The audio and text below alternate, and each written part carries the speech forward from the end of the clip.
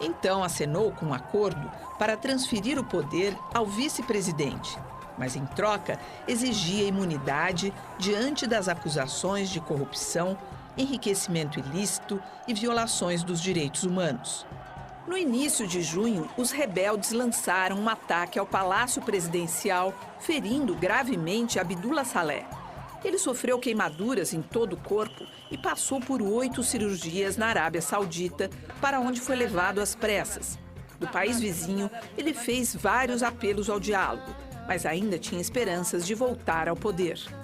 A repressão às manifestações no Iêmen provocou a morte de mais de 150 pessoas e ferimentos em centenas. Demetrio Magnoli acredita que as rebeliões no mundo árabe servem para desfazer alguns mitos que se espalharam nos últimos tempos, envolvendo radicalismos à esquerda e à direita. Então, eles querem exatamente a mesma coisa que os povos ocidentais querem, o que é um duplo desmentido. É um desmentido ao Osama Bin Laden e aos jihadistas, né, que propunham que os povos árabes e muçulmanos se lançassem em busca de um novo califado, né, e não das liberdades ocidentais, entre aspas. E é um desmentido também aos neoconservadores nos Estados Unidos, que falam muito na guerra de civilizações, no choque de civilizações, como se o mundo muçulmano e o mundo árabe tivessem uma cultura tal que os separa da aspiração de liberdade e de democracia. Então é uma dupla derrota e é uma prova de que a ideia das liberdades, dos direitos humanos, da democracia não é uma ideia ocidental, é uma ideia universal.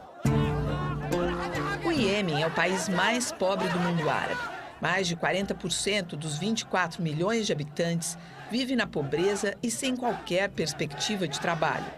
O país tem escassas reservas de petróleo que devem se esgotar ainda nesta década, mas conta com algumas reservas de gás ainda pouco exploradas. A pequena ilha do Bahrein foi outro país alcançado pela revolta popular, logo no início das manifestações que sacodem o mundo árabe. Embora territorialmente minúsculo, o Bahrein, que é essa ilha aqui pequenininha, tem grande importância estratégica na região, a começar pelo fato de que é sede da 5ª Frota da Marinha dos Estados Unidos.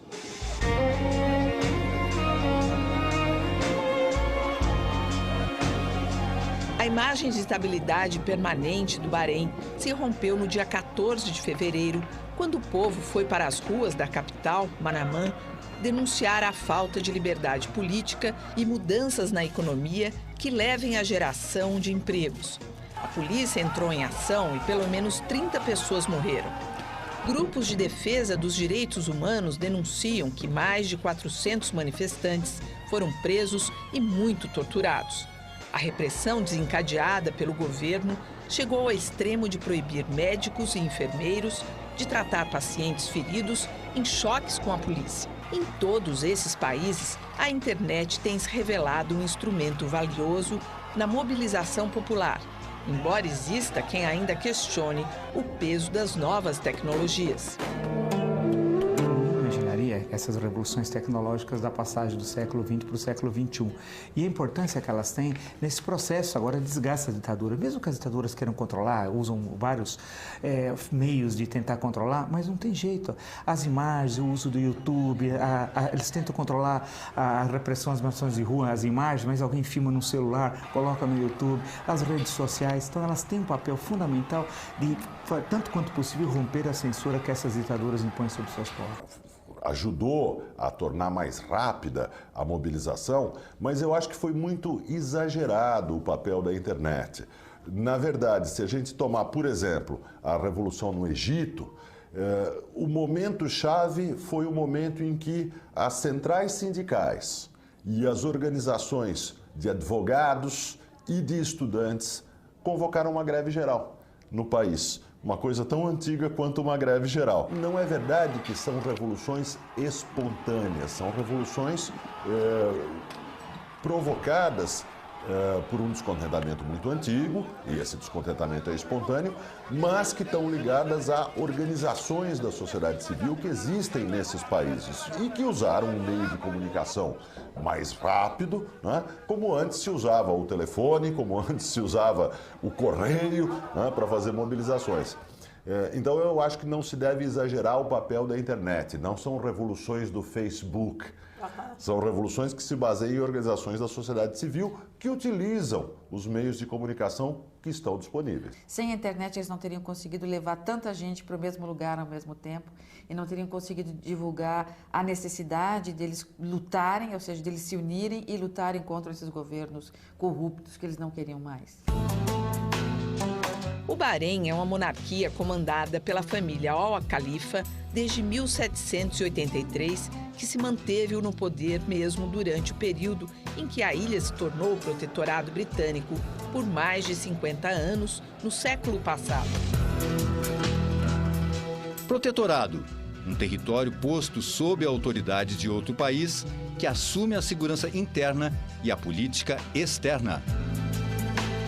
Além de produzir petróleo e gás, o que despertou a atenção das potências ocidentais é que a ilha tem um gigantesco parque de refino de óleo operando até para a Arábia Saudita, o maior exportador mundial.